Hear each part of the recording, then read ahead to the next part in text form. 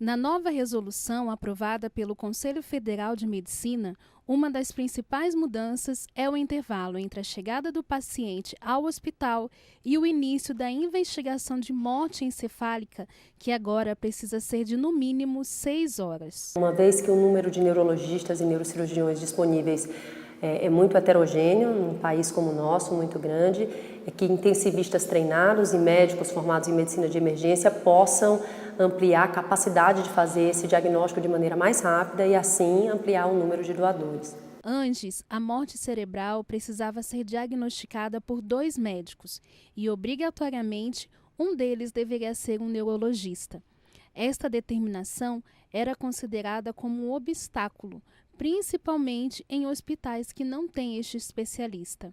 Então, o que muda e o que amplia a chance de fazer esse diagnóstico é a disponibilidade desse diagnóstico ser feito por um médico que não seja neurologista ou neurocirurgião, mas que tenha treinamento adequado. O exame complementar continua sendo necessário e há um intervalo mínimo de 1 hora entre a realização de um exame e outro. Somente depois de comprovada a morte cerebral será possível o início do processo de doação de órgãos do paciente, desde que a família concorde com a doação.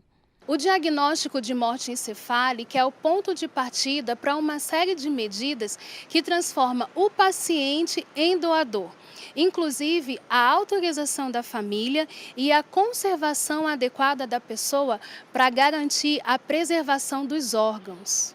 Dos potenciais doadores de órgãos evoluem com parada cardíaca durante esse intervalo de cuidado, levando a uma grande perda de órgãos que poderiam aumentar em muito e alavancar em muito o número de transplantes no Brasil.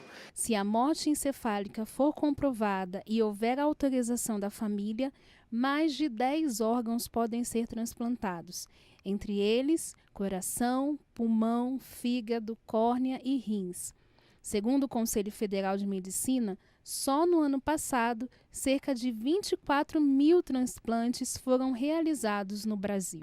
Então ela continua mantendo a segurança para o diagnóstico de morte cefálica e viabiliza um maior número de transplantes no país. E isso só tem coisas positivas para a nossa população.